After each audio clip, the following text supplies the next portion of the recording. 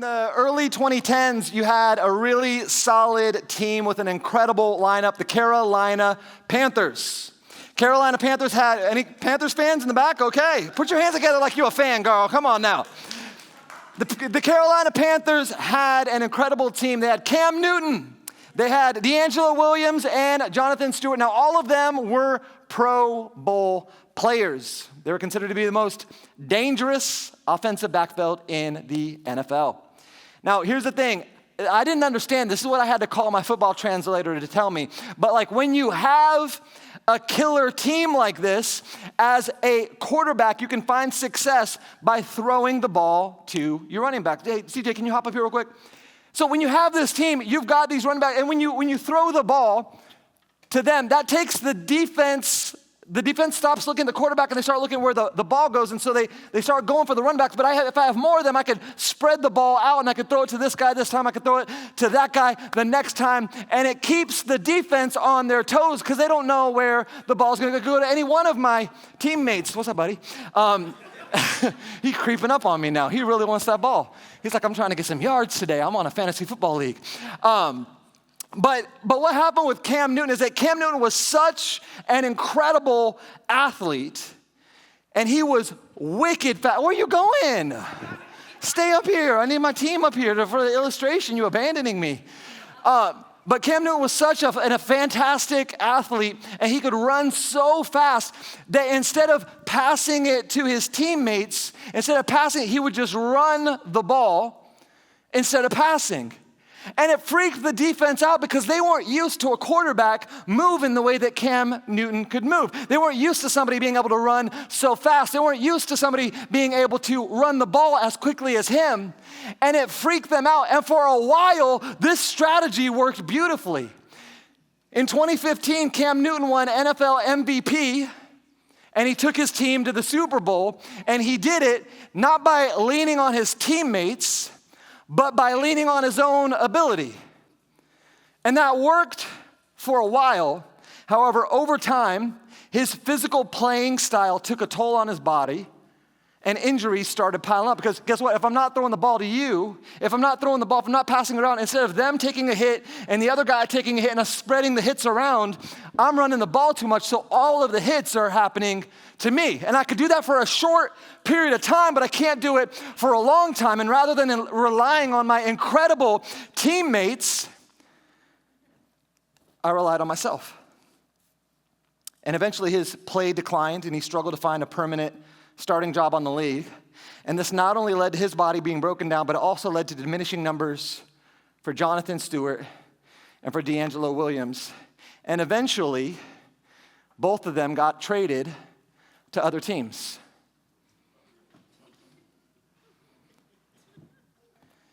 And Cam Newton found himself getting more hurt, his body taking more abuse, and his ability to do the things that he used to be able to do so easily on his own was diminished. And the team that was once a top team in the league and the MVP suddenly fell from glory. So my question for you this morning is, did being an MVP work for him? For a little bit it did. For a little bit it did. For a while he was dominant. But in the long run, it contributed to his decline. Why? Because football is a team sport. Somebody say team. And even the most gifted athletes need to work together to win in the long run. Are you with me? Even the most gifted athletes, we have to work together to win in the long run. Why? Because we are better together. Look at your neighbor and say, we're better together. We're better together. And anytime you play a game in life, you're going to take a beating, but you take less of a beating when you rely on others than when you just rely on yourself. Anytime you go out to do anything in life, you're gonna take a hit. Anytime you try to accomplish anything, anytime you try to achieve something, you're going to take a hit. Here's the problem, is a lot of times in life, when we pass the ball to somebody and they take a hit or they fumble the ball or they drop the ball, we begin to lose trust for the people around us. People let us down. How many guys have ever been let down before? People let us down, and when that happens, we become more reluctant to pass the ball. We say, you know what, I'm just gonna run it myself. I'm gonna handle it myself. I'm gonna do it by myself. And the more we do that, that might work for us in a season of time, but then we are the ones that absorb all of the hits, and before too long, we find ourselves unable to do the things that we used to do on our own anymore. Why? Because life is not a solo game. Life is, like football, a team sport. And there are people in your life that you need to be willing to pass the ball to. Are you with me, church? There's an old proverb that says, if you want to go fast, go alone, but if you want to go far, go together. Anybody with kids know if you want to go fast, don't take your kids. You ever try to take a trip with your children? Everybody go to the bathroom? Yes, Dad. You not even left your neighborhood because I gotta pee. I told you to go to the bathroom. I did, I gotta go again. It's gonna take us hours. If I wanted to get there quick, I should have left my kids at home.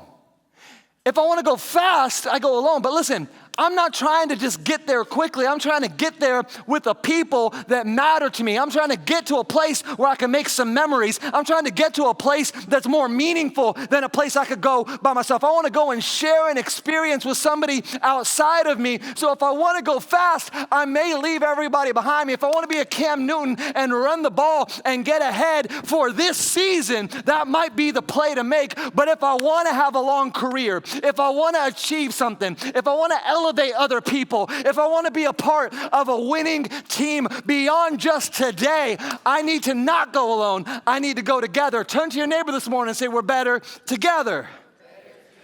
Ecclesiastes chapter 4 verses 12 says, a person standing alone can be attacked and defeated, but two standing back to back can conquer. Three are even better, for a triple braided cord is not easily broken.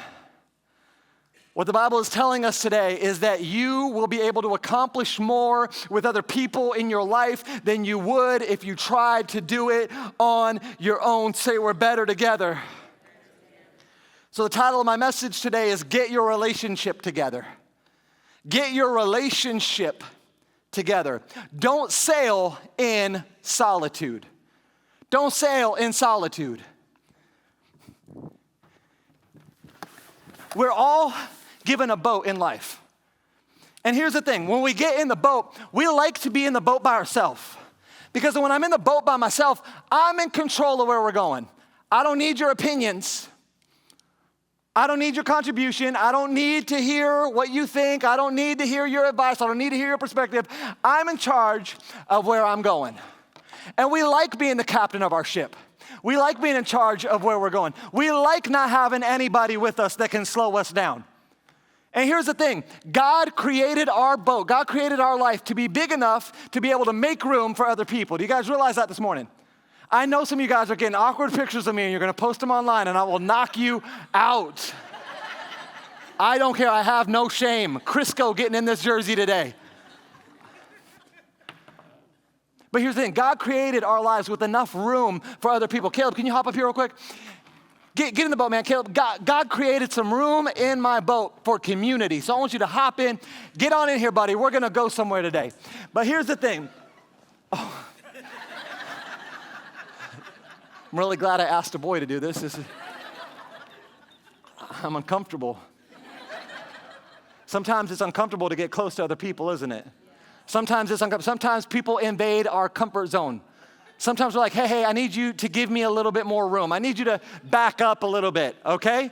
I need you to not be on, stop touching me.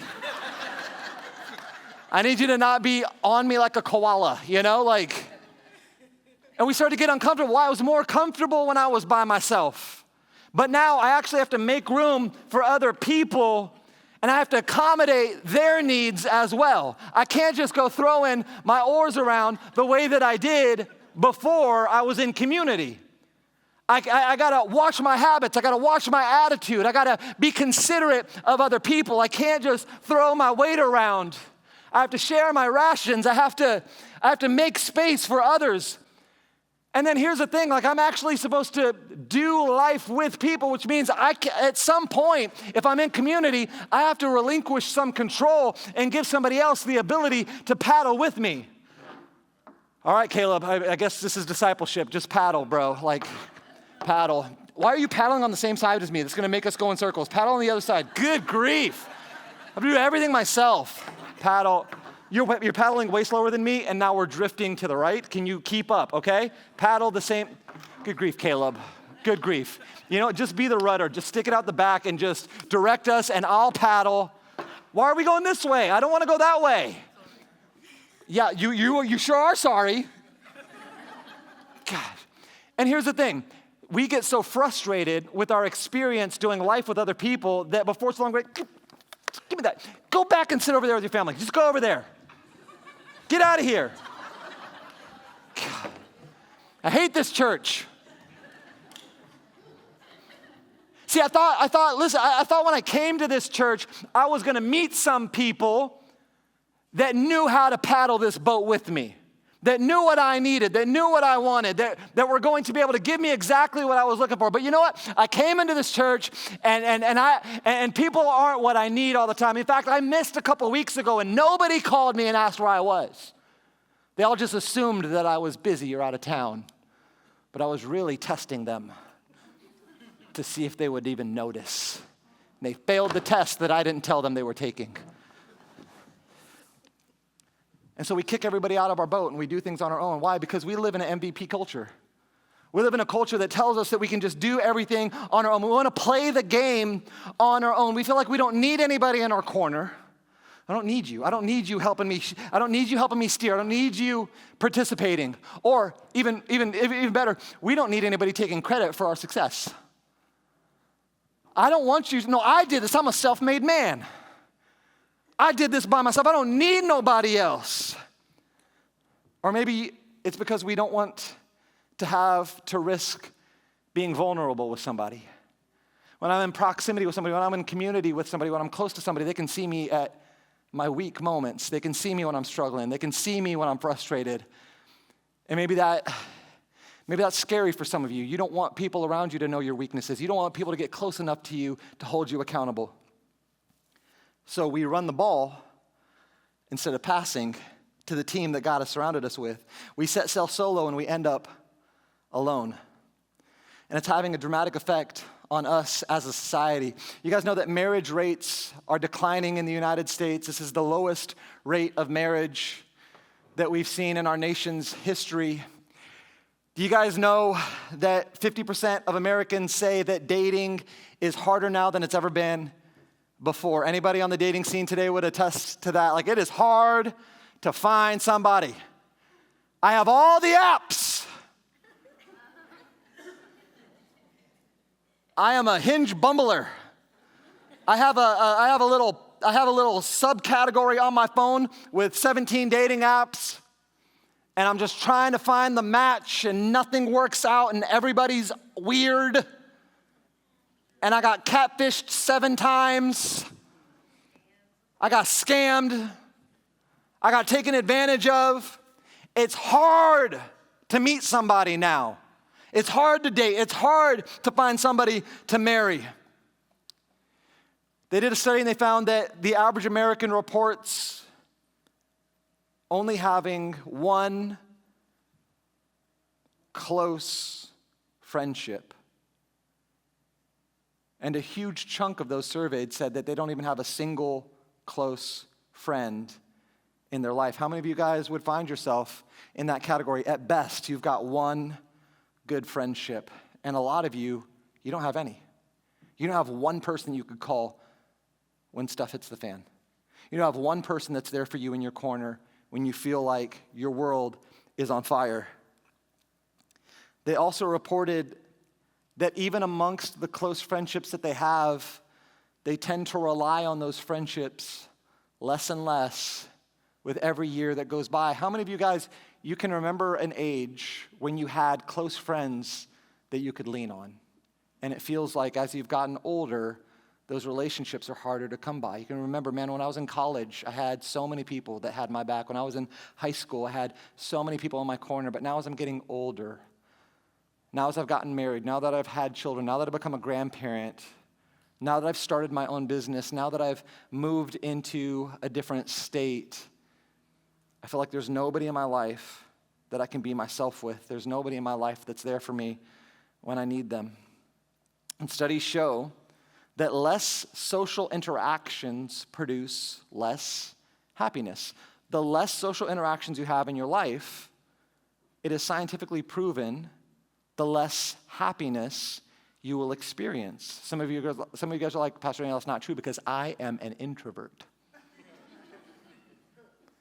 Even amongst introverts, let me tell you, you might recharge with alone time, and that's completely acceptable, but even introverts need relationships. Even introverts need close friendships, people that they can depend upon, people that they can rely upon, people that can be there for them in difficult seasons. It doesn't matter whether you're introverted or extroverted, everybody needs personal relationships and community, and if you lack it, it is a fact that you will experience less joy and more depression. A lot of you came to church hoping to make some friends,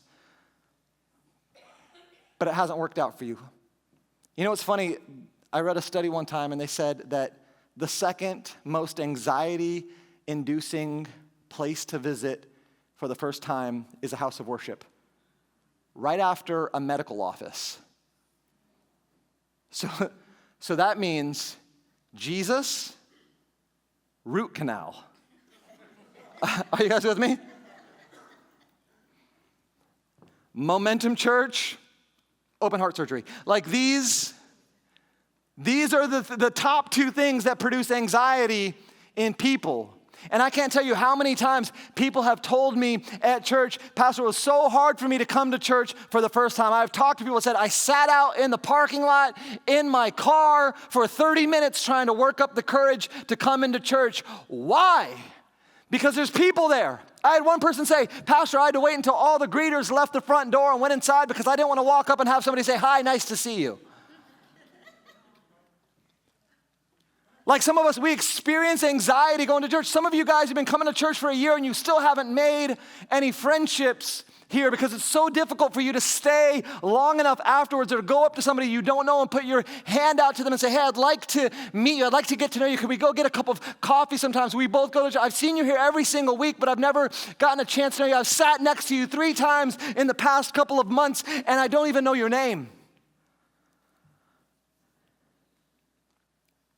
And we live in a time when we lie to ourselves and convince ourselves that we have relationships because they've shifted from in-person to digital.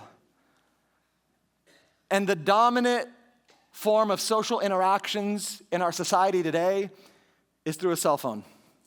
Digital interactions are rapidly replacing human connections. You guys realize that today? Like you spend more time connecting to people through your phone than you do face-to-face. You are more likely to text your parents than to drive over to their house for dinner. Am I right? You are more likely to DM somebody on Instagram than you are to go introduce yourself to them at work. And we're hiding more and more behind the screens in our culture. And when we do, it leads to greater feeling of loneliness than we experience in personal relationships. I want to let you know something today. This is no substitute for sitting across the table and sharing a meal with somebody and connecting with them heart to heart. Are you with me?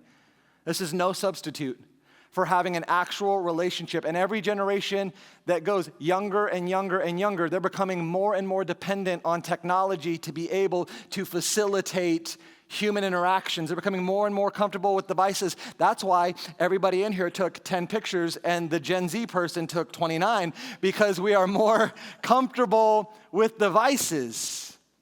We're comfortable with our technology. Like, how many of you guys, you have that friend that will call you instead of texting you and you're like, what is wrong with you? Anybody? You know what I'm talking about? We all have that friend. Like, you got, she's like, I am that friend. How many of you guys, you have that person, you're like, why are they calling me? And you get on the phone, you're like, what? And they're like, hey, can I come over later? You're like, this couldn't have been a text? You know what I mean? You couldn't have texted me that? Like this is a digital culture that we live in. We are intimidated. When our phone rings, we don't like to answer it. Like we have to look at our caller ID to determine whether or not we're gonna pick up the phone and answer it. There's a few people that you see their face pop up, you're like, I'm gonna answer it. And then there's some people, their face pops up, you're like, no. We get anxiety around meeting people. Like, I think we can all understand there is nothing like the terror of hearing your doorbell ring unexpectedly. You guys know what I'm talking about? When I was a kid and the doorbell rang, we got excited. Somebody's here. Who could it be? Now when my doorbell rings, I say, somebody's here. Who could it be? It better be Amazon. You know what I mean? That better be DoorDash, and you better leave it on my porch because I paid the tip in the app so I wouldn't have to talk to you. Are you with me? Don't just show up at my house. Text me first, and we'll schedule it. I don't want a family member or a friend just showing up uninvited. I got to get ready to talk to you. I got to psych myself up. Can I let you know something this morning? The slow strategy of Satan is to get you to sail in solitude. The slow strategy of Satan is to get you to set sail in solitude. The enemy wants you to be isolated and alone. The Bible says that Satan, your enemy, is like a roaring lion seeking who he can devour. If you've ever watched National Geographics, lions hunt by separating an animal from the herd, getting it on its own so that they can attack. The enemy knows that you are more susceptible to attack. You are more likely to be destroyed. You are more likely for him to be able to take you out if he can separate you from community. If he can get you on your own, if he can get you detached from mentors, if he can get you detached from spiritual wisdom, if he can get you detached from family, if he can get you detached from faith-based community, if he can get you pulled away, he knows that he has the capacity to take you out. So he wants you on your own. He wants you isolated. And as a culture, we are being groomed to despise the very thing that we were designed for, which is relationship. Our culture is grooming us to despise the thing that we were designed for, relationship. And it's lying to you. Facebook is telling you, hey, we are social media. Listen, there's nothing social about it. Are you with me? There's nothing social about it. I'm not sitting with you face to face. I'm not connecting with you as a human being. I might be educated about something that's going on in your life, but guess what? How many of you guys know what we see on social media is not real life? But we are so groomed to believe that that is reality that we will look at somebody's highlight reel and assume that that is their day-to-day. And every picture that you look at has a filter on it and was meticulously selected out of 30 selfies to be the optimum one with the best lighting and the best angles so that you would get the best version of them.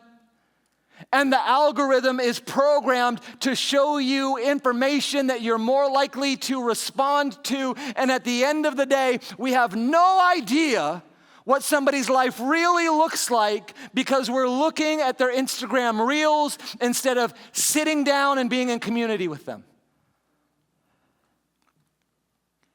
And you're being groomed by culture, you're being groomed by technology, you're being groomed by society to despise the very thing that you were designed for, which is relationship. Genesis chapter 2, verses 18 says, "Then the Lord God said, 'It is not good for the man to be alone, so I will make a helper who is just right for him.'" Somebody say just right. It's not good that man should be alone. It's not good that man should be alone. It's not good. It's not good. Listen, if you're alone, if you're living in isolation, if you're secluded from people, if you're not engaged in community, it's not good for you. God not only designed us to be in relationship, you guys catch that this morning. It says that it's not good for man to be alone. So God designed us to not be alone. God designed us to be with people. And God did not just design us to be in relationship with other people. He says, I will make a helper who's just right for him. So that means he created others to be in relationship with us.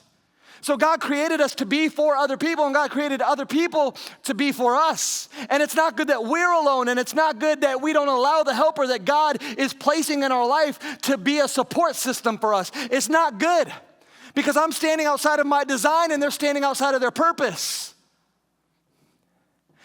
Out of all the things in creation that God deemed was good, the first thing that he called bad was isolation. Go back and read the book of Genesis. God created everything and said it's good. God created day and said it was good. God created earth and said it was good. God created the sea and said it was good. God created animals and said it was good. God created hamburgers and said it was good. God created all these things and says that they're good. And the first thing that God says is not good, it's that man is alone. Whoa, stop. Hold up the creative process.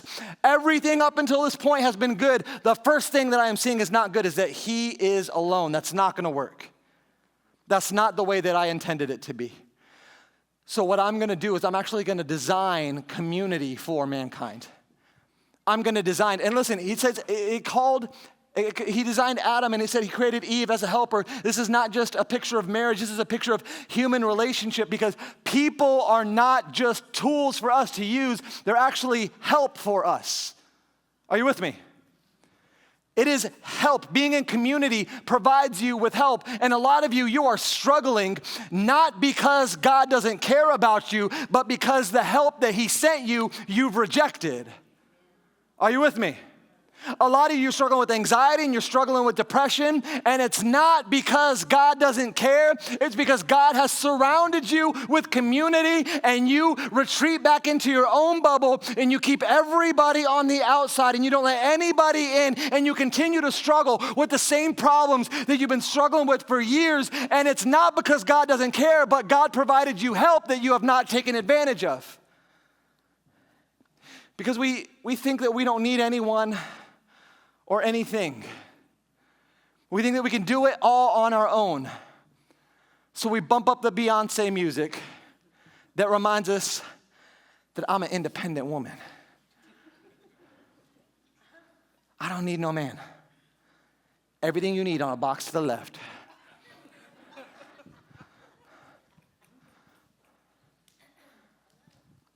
We turn on the radio, we start singing all the songs that remind us that we're better off on our own.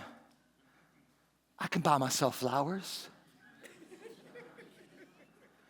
Write my name in the sand. You know, I could talk to myself for hours and say things that you just don't understand. Like this. That's what we're being taught. I'm independent. I don't need nobody. And we've confused independence with isolation. And independence is healthy, but isolation is deadly. I'm talking to anybody in this room this morning. It is good that you're independent. It is bad that you're isolated. And you're confusing the two. And sometimes that creates collateral damage in our life because really, when we're isolated, we are upset because we call ourselves independent, but we really want somebody else to come and meet our needs. And in reality, we're codependent and isolated. When we're hurt, when we're upset, we need somebody to reach out and check in on us. We need somebody else to take care of my mental health crisis. I need somebody else to check in on me. I need somebody else to take the initiative. How many guys have you ever put yourself in that position before where you're like, I want somebody else to pick up the phone and call me. I need somebody else to check in on me. Listen, God didn't create you to be codependent. God created you to be independent, and God created you to not be isolated. So here's the solution. The solution is for you to take responsibility for your own needs.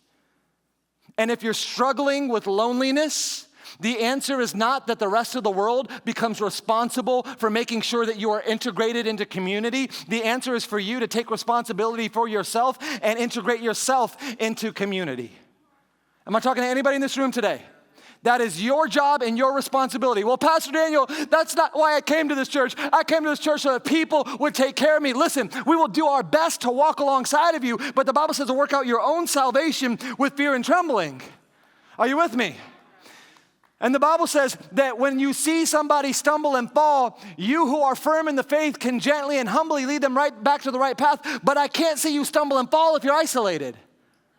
And so we go in retreat and we go into our closets and we shut the door and we curl up in the fetal position, closing the curtains and eating our Haagen-Dazs, and we wonder why nobody helps us when we're struggling.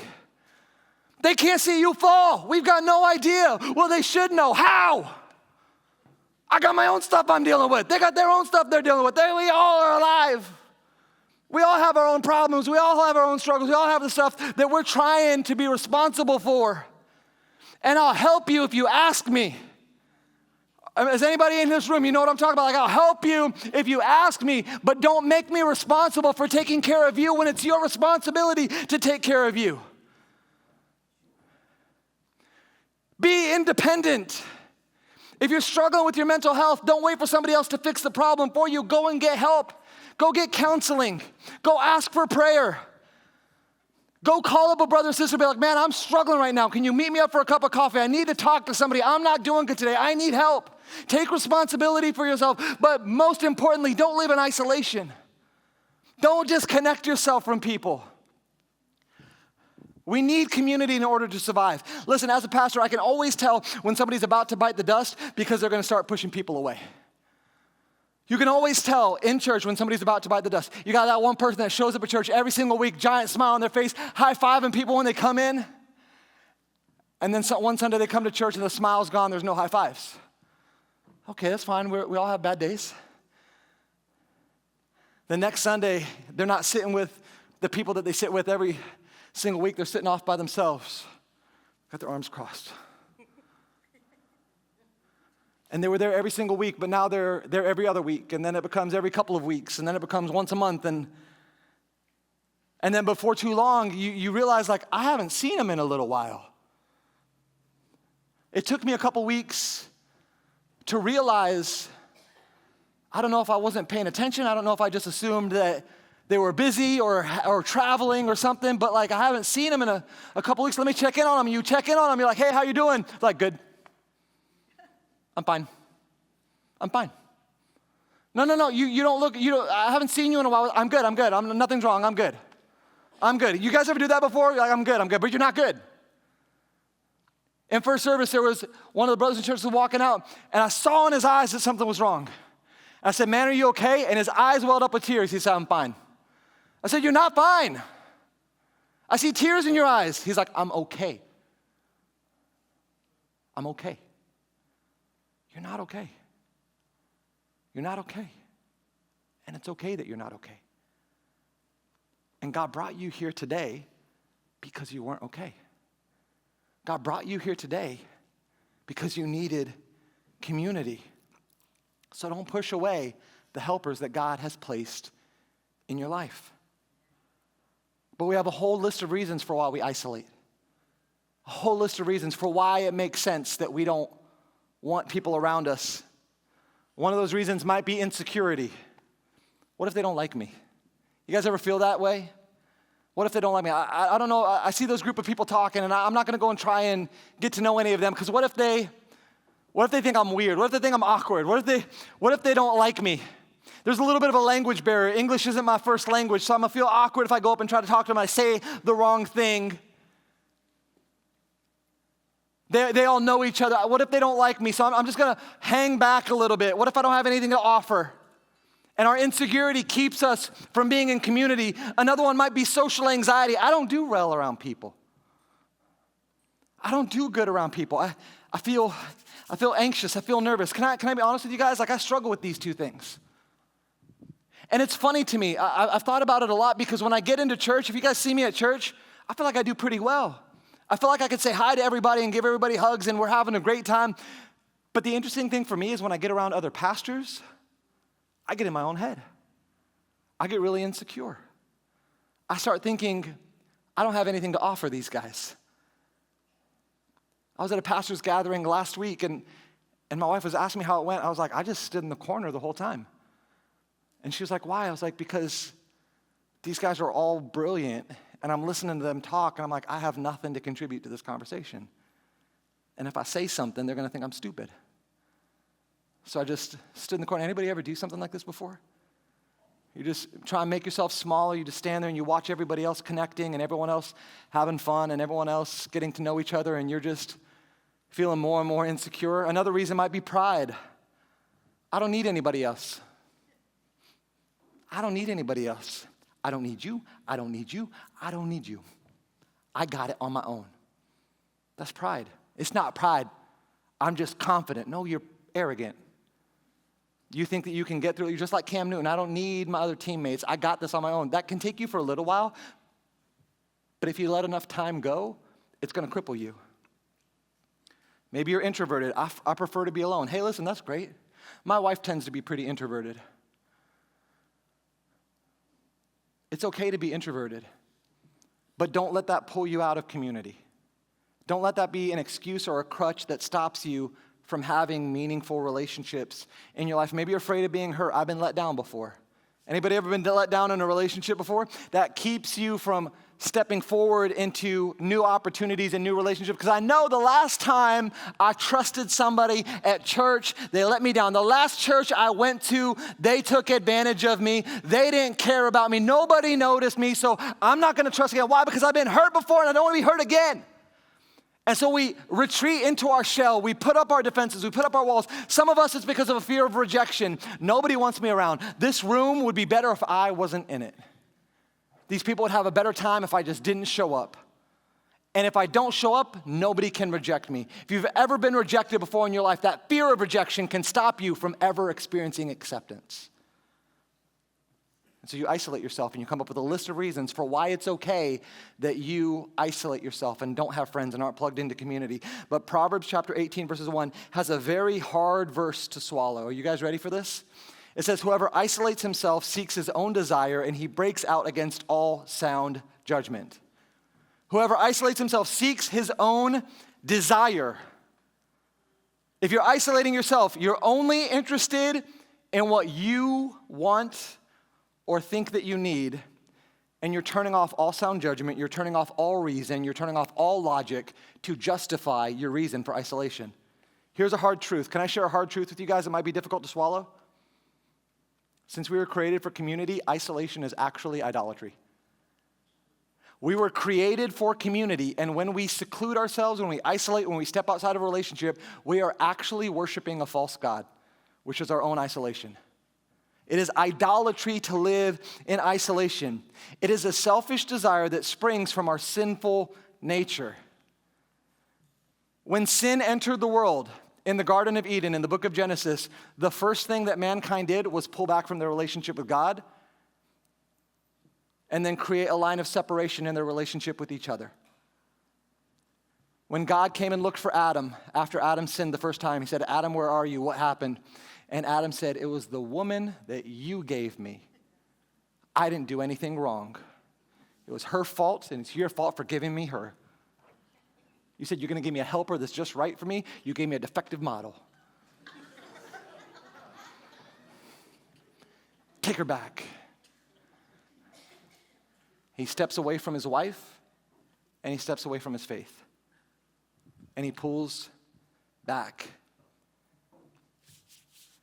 And when we isolate, that springs out of our sin nature. And if you're avoiding relationships, church, you need to just get started. You need to get your ship together. You need to get your relationships together. It says, those of you that isolate themselves, you're seeking your own desire. When you pull back from people, what you are saying is, listen, God created me to be in community, but I have a list of reasons for why that doesn't apply to me. So I'm going to step outside of the thing that God designed me to walk in and tell God that I know better than him. And God is calling you to be in relationships with other people. God created you for relationships with other people. In Ephesians chapter 2, verses 10, it says, for we are God's masterpiece. Look at your neighbor this morning and say, you're a masterpiece. Some of you guys said that like you did not mean it. Look at your neighbor this morning and say, you really are. It says, for we are God's masterpiece. He created us anew in Christ Jesus so that we can do the good things that God planned for us a long time ago. How many guys know that a masterpiece is meant to be put on display? A masterpiece is meant to be put out there where people can appreciate it and benefit from it. You are God's masterpiece. How dare we take a masterpiece designed by the Creator and tuck it away where nobody else can be blessed by its presence? Am I talking to anybody in this room today? How dare we take a beautiful work of art and lock it in our own museum and turn off the lights so that nobody can see the beauty of God's creation? Am I talking to anybody in this room this morning? I remember one time in particular, it was one of the most formative moments in my wife's life. We went to a conference for pastors, and I remember I said she's a little introverted, so she tends to kind of, in some of those situations, tend to kind of maybe sit by herself, and we were in this room for pastors, and all these pastors were connecting, and I'm doing my best to get over my own issues, to take responsibility for myself, to be independent, to go up and overcome some of those insecurities and anxieties and talk to these guys and build relationships. And my wife was sitting over by herself, and the main pastor's wife who was hosting the conference, after a while, she went over to Ashley and she got down on her knees as Ashley sat down, and she grabbed her by the hand and she looked her right in the face and she said, Ashley, you're one of the coolest people that I know, and everybody in this room deserves the gift of who you are. Would you come with me and let me introduce people to you so that they can have the joy of knowing you like I do? That was a pivotal moment in my wife's life. We look back on that so often and say that was a moment that so many things changed for her when she started realizing, like, I actually have a purpose. I'm actually a masterpiece designed by God, and God brought me here for a reason. You are God's masterpiece, and people deserve the gift of who you are. Do you realize that? Pastor Ann, you don't understand. You don't understand who I am. I have nothing to offer. Listen, God doesn't make mistakes. Do you realize that this morning? God doesn't make mistakes. God wasn't in heaven designing Marcus and he accidentally knocked over a couple of bottles of ingredients. I was like, oh no.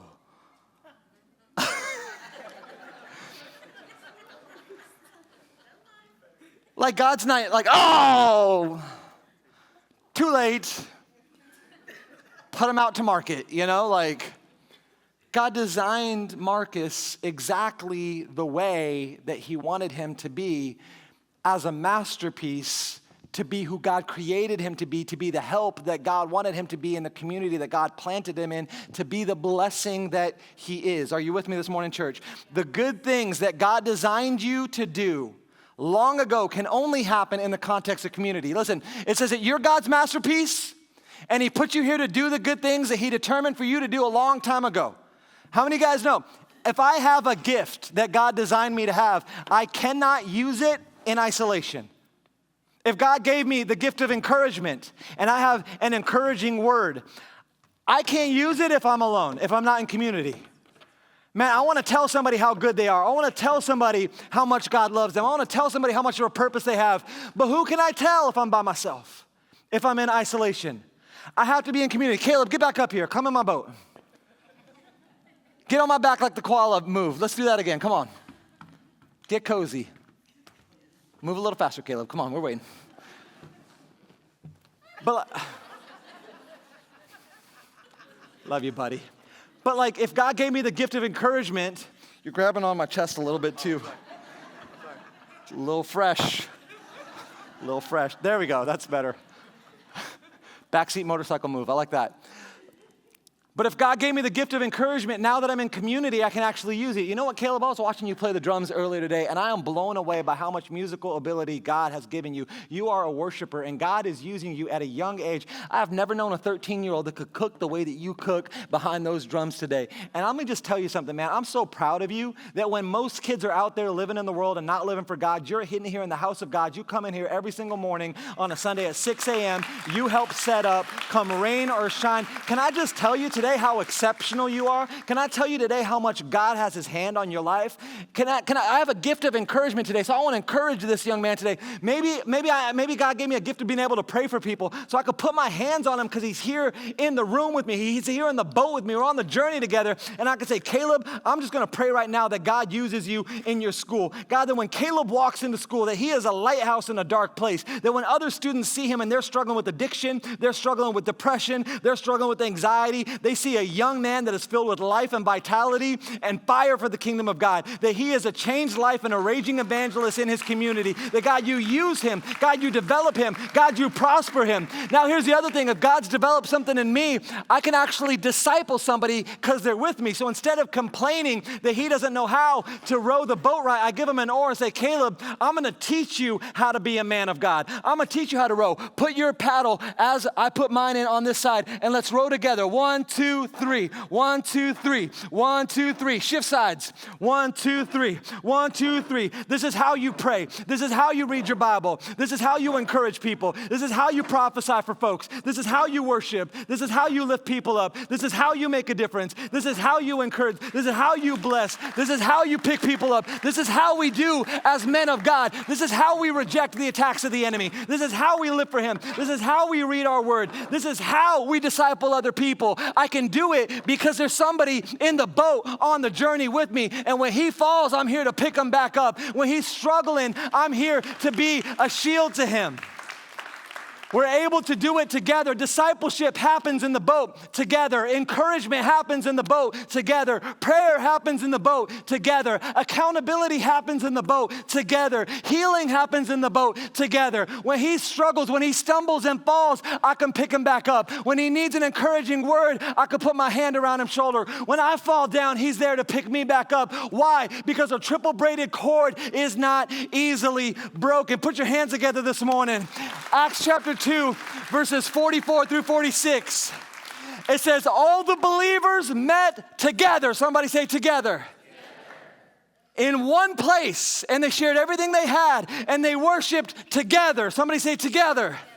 At the temple each day. Pastor, I'm just going to do church at home by myself. I'm going to watch church online. I'm going to download a Stephen Furtick message. Guess what? You might be able to hear a message at home, but you can't have church alone. Pastor, I have church every single day in the car on my way to work. No, you're not. You're just worshiping by yourself because church, the real word is ekklesia, which is a Greek word, which means those that are called out together for a purpose. So you can worship in the car by yourself. You can listen to a sermon and grow your wisdom by yourself, but you can't have church by yourself. Why? Because church is all of us coming together as believers to worship God together. Somebody say together. And they met together. Somebody say together. In homes for the Lord's Supper, they shared their meals with great joy and generosity. I believe that joy and generosity only happen when we are together. Together is the key word. God's purpose for you is fulfilled in the context of relationships. So it's time for you to stop concealing the gift of who you are. It's time for you to stop making excuses. It's time for you to trust again, to open up again, to let go again, to step out again, because joy is waiting on the other side of isolation. So if you have been struggling in building relationships, if you've been isolating and pulling back from people, walling yourself off, and coming up with your list of reasons to hide the masterpiece that God created, can I encourage you today to get your ship together?